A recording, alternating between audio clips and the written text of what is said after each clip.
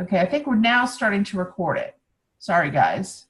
Okay, so anyway, we're 5 minutes into this, and I just remembered to hit record. So now we're recording. But anyway, as I was saying, there's so much going into this. It's just hard to get all the ideas on paper the first time and make it sound good. So you need to go back and proofread and make sure it's user-friendly enough that somebody who doesn't really know a background on this can pick it up and sort of follow along. So, introduce terminology, have your sentences flow from one idea to the next. I know sometimes that's very difficult when you're working on chapter 1 and you're trying to get your problem statement and your research questions and things like that, not to make it sound jagged. And I know that's kind of feedback I've given to some of you, but sometimes you need to write things 2 or 3 times to make it flow smoothly, and everybody goes through this. I also want to let you guys know the Writing Center is here to help you. They can't help you with the content of what you're doing, but they're certainly going to help you with things like passive voice issues and past tense and the way to write things. They can answer your APA questions, things like that. So please use them as a resource. Really, really helpful, and really helpful to get some of the free editing, because if you have to pay an outside editor, it's really expensive when you get towards the end. So if you get it edited on the way along, it's going to help you out later. So that's a really important issue. So, ta-da. Okay, so again, we're going to have a group discussion where we're going to share some tips and strategies and things like that.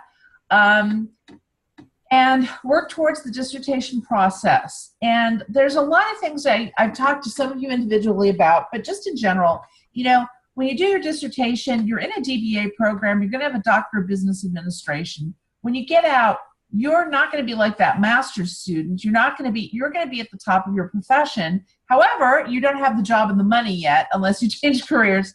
So what you need to do is you need to also, when you're doing this and writing your dissertation, kind of think forward. When you've graduated, you've got that doctoral, and you want to go give a presentation, or you want to write a journal article or a book or get a consulting job or talk your way into the door on something, what is it that you have that you're also going to sell them on?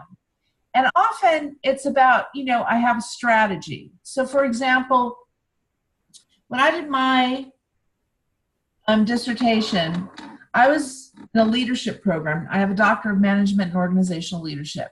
And I do a lot of online work. I've always done online teaching. I've done online consulting. I help people create online virtual businesses and market goods and services and things like that. So really what I wanted to do was learn about online leadership skills. What are people doing differently from the history of leadership? And you have this transformational leadership and this kind of leadership and that kind of leadership. But really, all of a sudden, we've made this leap to online. What are successful leaders doing that are online? Because many, many companies, almost every company, has cloud-based teams. You have to meet goals. You want to learn how to help people without micromanaging them. You want to be able to develop some kind of relationship with them so people feel comfortable asking questions like you guys. I'm like, come ask questions. It's okay. I can't read your mind. We're online, So it's really like building that rapport and getting comfortable working in this modality. And what are the successful issues? So my dissertation ended up being leadership attributes of successful online leaders or virtual leaders or something like that. And I had to figure out where to find them and what to do and what to ask them. And what I did was I went to some LinkedIn groups of online leaders, online team leaders, online managers, and I looked at a few groups, and I contacted the group leader, and I said, you know what, I'm doing my dissertation on online leadership skills. I want to interview like 50 experienced online leaders. Can I solicit people out of your group? And the guy said yes. I had a Survey Monkey kind of survey, and then when I was at that point after IRB, I did go into the group, and I was able to go to that population that I knew would fit my study and ask them to complete the survey and get the results, okay?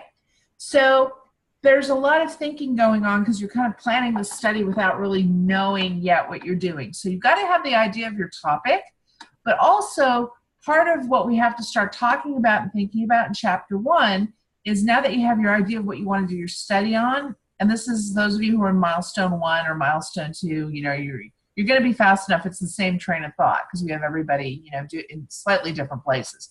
But everyone in the class is either milestone 1, 2, or 3. So as you're thinking about this topic, you also want to think about who do you want to talk to, who's your population, and how are you going to find them, okay? And talk to me about it because I can tell you if it's realistic or not. So for example, I've had people say, you know, I want to know about corruption in the FBI and I want to go talk to them about that.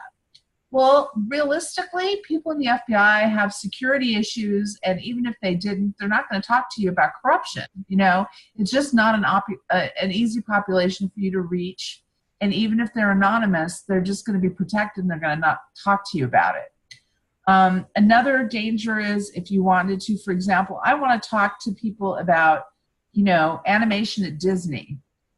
That's great, but what if Disney doesn't let you in? And even if you have a friend and a contact at Disney, are they going to be here 6 months from now or 9 months from now when you're actually doing your study? So it's best not to tie your population to a certain company, to like a single case study at Disney, you know, or something. It's best not to do that. It's best to do a little bit of a broader study where you have a broad population. Human resource managers that have 3 years experience in virtual leadership, or, you know, whatever it is that your topic is on, where you can go to a LinkedIn group or you can go to a professional organization or something, and it's not so tied to like one company. Because then what happens is if that source falls apart for you, you have to go back and redo chapter 1 and redo your IRB, and it's a big waste of time. Does that make sense, guys? Yes. Yeah? Okay. That was my little thing on that. So conducting your research first, finding a gap in literature and all of that. You need to be an expert in your topic. So really do a lot of research before you even get to your problem statement to really have a good understanding of what's out there and what's missing and what needs to be researched to move the business field forward. Because the idea of what you're doing actually is contributing to the business field. And you want to do something that other people can use or other organizations can use that are relevant. So a lot of you guys have really good ideas, and a lot of the times when I give you feedback, it's just because you're not saying it the right way or it's not really packaged the right way, but don't take it personally. That's what we have to work on. We have to work on it to get it to a professional level because you're going to be up there. You know, when you see these things that you're researching, you know, the Journal of Organizational Leadership, and they print a marketing study, it's like your dissertation has to be on that equal quality level. And it's hard because you're learning it at the same time. Make sense? Are you guys still with me? Yes. Yes? Yes, ma'am. Okay. Any questions right now? No, I don't have any. I'll take that as a no. Okay. But, you know, what I'm saying is I want you guys to feel free to email me questions, and also you're going to get a lot of negative feedback. It's not personal. Everybody does. Everybody has to rewrite everything 100 times. I did. Every professor you work with did. That's just the nature of the beast. So it's just, you know, get over that feeling because we're not picking on you. We're trying to help you move forward. But there's a lot of learning that has to happen in a lot of detail, and we know that. So that's why we're also going to work on the conference calls and the meetings and trying to do this kind of thing so you guys can have questions. And it becomes more important as you get further down the line and you're doing the study. You can all talk about your projects, and then you can all learn from each other, which makes it really helpful. And you can also learn about like tips and tricks of this worked and this did not work, and I found this to be better, and things like that. Okay? So we talked about visiting the Writing Center and all of that. Okay. So we just want to make sure, and you guys have heard this before, I just want to review it so we have it on record, that your topic is business focused. So you don't want to, you know, have something that is more of a social issue. If you say, you know, I want to know about pay inequality between men and women in the entertainment industry. Well, pay equality between men and women is not a new topic. It's been done to death. And it's also more of a social issue because you're going to get into the whole psychology of things. And there's there's really nothing new, and there's really more of a focus on a social issue. Does that make sense? So really, when you're focusing on a business problem, you really want to focus on something like strategies, marketing strategies using social media to increase profits or something. You wanted to make it more business oriented. So that's a little thing about the DBA program. Your problem statement usually is not about more than 150 words. It has 4 components: a hook, an anchor, a general business problem, and a specific business problem. And the reason for that is, you want to kind of logically set up your problem in like 4 or 5 sentences. So you really just kind of want to say, well, we'll get into an example in a minute. But anyway, here it says DBA students are seeking a degree in business. So you don't want to have a social psychological emphasis. You want to have a business problem from the perspective of a business manager and industry leader. Okay? So not social advocates, not like we want gun control in schools or something like that. It's like, yeah, that could relate to business because it could be related to school administration or company administration or having a policy, but it's not really a business problem. It doesn't have to do with running the business, making a profit, increasing revenues, managing staff, things that are more business oriented. Okay, so I think you guys are all doing a pretty good idea about this. So again, we talk about design and methodology. Many times in business, more often, it's qualitative than quantitative. And the reason for that is because in business, you're usually trying to ask a question where you get a lot of information that is maybe unseen. In quantitative, you're usually doing a correlation between this and that, a straight measurement, which might make sense for certain types of businesses. If you're doing some kind of manufacturing business and you want to really, work on the cost of materials, this versus that, or something like that. But many people, and I'm not saying you can't do quantitative, but I'm saying for many people, qualitative makes more sense. So let me give you an example. The hook. Small businesses fail at higher rates. Have a citation, okay? Then the anchor is 60% of small business owners fail to succeed in business beyond 5 years. Okay? General business problem. The general business problem is without adequate preparation and business strategies, many small business owners lose their investment and go out of business. The specific business problem. The specific business problem is some small retail businesses owners lack strategies to succeed in business beyond 5 years. Now you see we kind of drill down. A lot of businesses fail. Some business owners fail to succeed. The general business problem is without preparation. Many small business owners lose. And then at the end, you're saying some small retail businesses. You're making it more specific. So we know we're talking about retail businesses and their owners and that they lack strategies. And there's a logical flow that drills down, kind of like an outline. Does that make sense? Yes. Say yes. Yeah. So the reason we're just kind of talking about this is sometimes people get the specific and the general kind of mixed up. And also the thing that we see sometimes with the hook and the anchor is that things jump. For example, small businesses fail at high rates. Then anchor, the value of real estate has gone up. It's like you're not really connecting it to small business or something. If you would say like small businesses have a hard time renting premises because of higher real estate costs, that connects the two. So you have to connect the hook, the anchor, the general business problem, the specific business problem. There has to be like it goes like A plus B equals C, A plus C, that whole thing like you have in logic and critical thinking. So there has to be a relationship between the hook, the anchor, the general, and the specific. It has to flow, which of course is easier said than done. Your purpose statement, you have the method and the design, which is qualitative or quantitative, and what type, a case study, and so forth. The population, the location, and the idea of social change. Whoopsie. I lost it. Now where am I? Okay. There we go.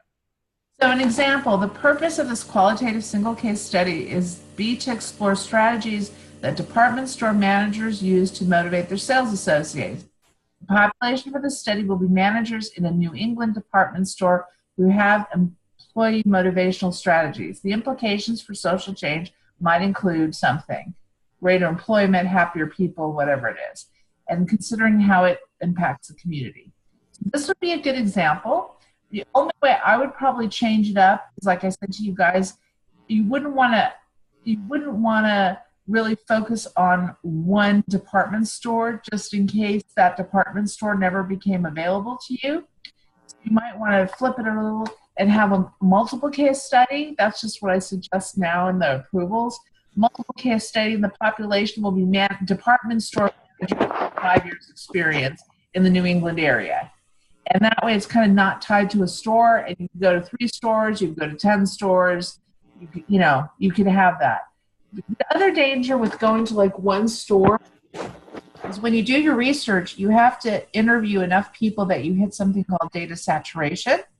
And data saturation is when you're getting no new information. So you've completely exhausted it. So for example, I asked my research questions to 50 people, 50, online leaders. And they had all these ideas, communication and technology and emotional intelligence and this and that. But I started not hearing new themes after about 50 people, which means I hit data saturation. If you end up not reaching data saturation and you've only said one store or one business or one company and you've exhausted it, again, you have to go back to IRB and you have to fix your study. So broadening it from the beginning just protects you from having to go back and lengthening the process. Make sense? Yes. Say yes. Okay. So I think what I'm basically saying to you guys is it's better to structure it as a multiple case study than a single case study. And it's better to say you're going to look at a population of people in a certain position than a certain store. So it's better to look at HR managers, technology managers, online leaders, whatever, a group of people based on their position or their, entrepreneurs, small business entrepreneurs, than a particular store, because if that resource dries up or if that resource doesn't give you enough information, then you're stuck and you have to go back and restructure things, which nobody wants to do. Especially, I know everyone wants to graduate, right? Yes. Okay. So another tricky thing to all of this is alignment, okay? Now, when you're working on a really huge document, it all has to be congruent, meaning it all has to align. So the problem statement, the specific business problem, the research question, and the purpose all have to align, okay? Because of this, when you get feedback from your professors, sometimes when you're doing your study, you've been doing stuff for a while, you're in the middle of chapter 1 or something, and they're going to give you feedback to go back and change something at the top. And you're like, why do I have to do that? This was approved 2 months ago. Well, because something shifted lower in the document, you have to change the top. It has to all match, okay? So the whole thing, until you're graduated, is kind of a draft. I mean, it's going to be a principled working copy, and it's going to be, but, I've had people who have had their prospectus approved, and they're going to do the research, and little quirky things happen where they had to go back and check. And they're like, why do I have to do this? It's already been approved. Well, you're not making big changes. You're making little changes, but you still might have to make little changes, okay? So that's something to consider. So we're looking at purpose statements, problem statements, and research statements aligning. And that just means they all have to kind of say the same thing. Make sense? Yes? Yes. Okay. That's the alignment thing which you get back. So the purpose of every study is to answer that research question, which is why the research question is connected to the purpose statement, which is connected to the specific business problem. Those all three have to align, and that's what you're trying to solve in your study. Okay? So examples of research questions, applied DBA questions are: what strategies have you used to motivate your sales associates? What methods did you find worked best? How do your sales associates respond to different motivation techniques? And when you get to that point, we will, talk on the phone and brainstorm or communicate by email. It's not like we're not going to help you out, but you have to, the reason, you're going to get feedback and things are going to change is we need to make sure they align. Okay.